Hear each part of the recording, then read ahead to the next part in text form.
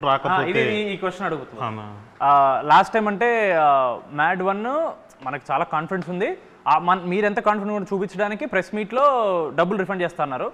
మనం మ్యాడ్ 2కి చేసినప్పుడు ఏమనలేదు, దాని మీద చాలా మంది అదేంటి వంశీ గారు ఏమనలేదు, సార్ భయపడుతున్నారా, ఇలాంటివన్నీ వచ్చాయి. ఎందుకు ఏమనలేదు? మీరు అనడం వల్ల ఏమైనా ఇంపాక్ట్ ఉంటుందా, అనకపోవడం వల్ల ఏమైనా ఉంటుందా?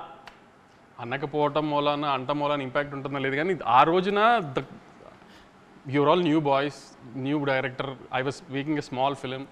I wanted to project it in that way that I made a very good small film అని జనానికి చెప్పడానికి. అంటే నేను సినిమా చూసుకున్నాను, నాకు బాగా తెలుసు సినిమా గురించి. సో మనం అనుకున్నది సినిమా గురించి జనానికి కన్వే చేయడానికి నేను ఒక సినిమా తీశాను. నవ్వు వచ్చే సినిమా, మీకు గ్యారంటీగా నవ్వు వస్తుంది, దయచేసి సినిమా చూడండి, మీకు నవ్వు రాకపోతే నేను డబ్బులు వెనక్కి ఇస్తానని చెప్పా. ఇప్పుడు జనంని నాకు నువ్వు అన్నట్టు జనమే ఒక నవ్వు కామెడీ సినిమాని నమ్మి ఆ నమ్మకంతో వస్తున్నారు. ఆ నమ్మకాన్ని గ్యారెంటీ నిలబెట్టుకుంటాము.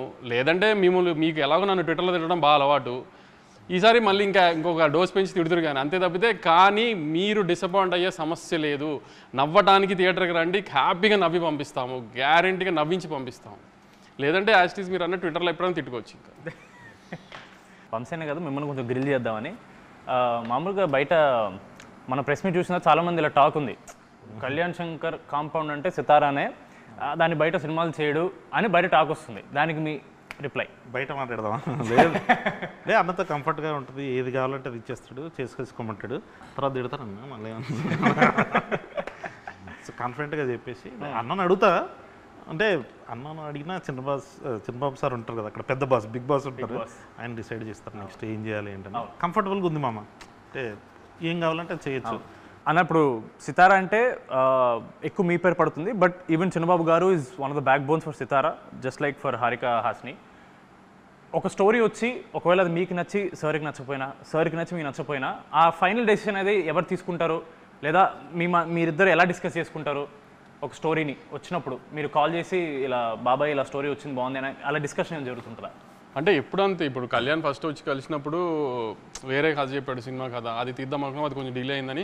అన్న కాలేజ్ పిల్లల సినిమా చేద్దాము అంటే సరే చేసేద్దాం, ఒకసారి ఐడియాగా చెప్పాడు, ఐడియా బాగుంది, బాబాయ్కి వెళ్ళి చెప్పి బాబాయ్ ఓకే అనుకుంటే చేసేద్దాం, అయిపోయింది అంతే. So simple process. ఏదన్నా ముందు నేను వింటే ఆయన తర్వాత విన్నా, లేదా నువ్వు వింటే కాన్ఫిడెంట్గా ఉంటే వెళ్ళిపోవాలి, లేదా ఇట్లాంటి సినిమాలు ఆయన జడ్జ్మెంట్ బెటర్గా ఉంటుంది అనుకుంటే ఆయనకే పంపించేస్తా.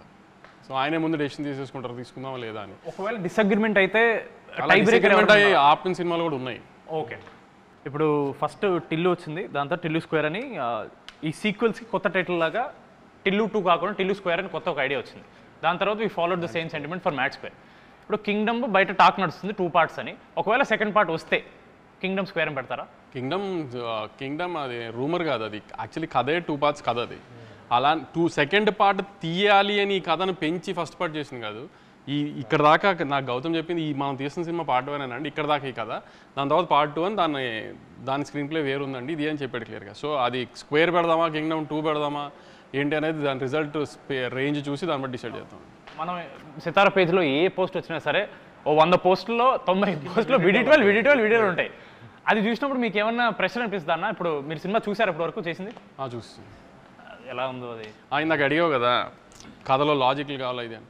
లాజిక్లు, స్క్రీన్ ప్లేలు, గ్రాండియర్, యాక్షను, ఇట్లా ఒక టిక్ బాక్సెస్ ఉంటాయి కదా రివ్యూవర్స్కి కానీ ఆడియన్స్కి కానీ, ఒక ఇది అని. అట్లాంటి టిక్ బాక్సులు ఎన్ని పెట్టుకున్నా కింగ్డమ్కి టిక్ చేస్తాం.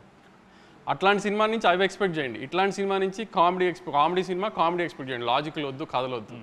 సో డిఫరెన్స్ ఉంటుంది కదా, అలాంటివి కావాలి. అలాంటి రోస్టింగ్ నన్ను చేయాలనుకున్నా, డైరెక్టర్ని చేయాలనుకున్నా, కథల గురించి, స్క్రీన్ ప్లే గురించి డౌట్స్ అవన్నీ మేతట్టేది పెట్టుకున్నాం. మీరు ఎన్ని రకాల డౌట్స్ పెట్టుకుని వచ్చినా, ఎన్ని రకాలుగా మమ్మల్ని రోస్ట్ చేద్దామని వచ్చినా దొరకకున్నట్టుగా తీసాం ఆ సినిమాని. అంత హైలో ఉంటుంది ఆ సినిమా.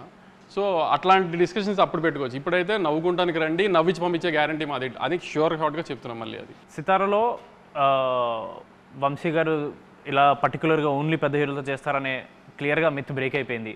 కొత్త హీరోలు వస్తున్నారు, కొత్త హీరోయిన్స్ వస్తున్నారు, డైరెక్టర్స్ వస్తున్నారు. ఇప్పుడు నాగవంశీ అనే అతను does he work on combinations or does he work on కథ నమ్మితే వెళ్ళిపోవడమా, లేదా కాంబినేషన్ వర్కౌట్ అవుతుంది నమ్మి వెళ్ళిపోతారా? సితారా కొన్ని మాస్ పెద్ద కమర్షియల్ హీరోల్ది వీ ట్రస్ట్ ద కాంబినేషన్స్. దాని తర్వాత ఏదన్నా కంటెంట్ని నమ్ముకుని వెళ్ళటమే. ఈ లాస్ట్ 2 yearsలో అన్ని కంటెంట్ నమ్ముకుని వెళ్ళినాయే కదా అన్నీ. Even when we made mass film like Daaku Maharaj also content మీద, మేకింగ్ మీద, టెక్నికల్ వాల్యూస్ మీద ఎక్కువ స్ట్రెస్ చేసాం. సో ఏదన్నా ఈరోజు తెలుసు కదా రోస్టింగ్ ఎలా ఉంటుందో ట్విట్టర్లో, అందుకని ఆటల్లో ఎంత జాగ్రత్తగా ఉంటే అంత బెటర్ అనేది ట్రై చేస్తున్నాం.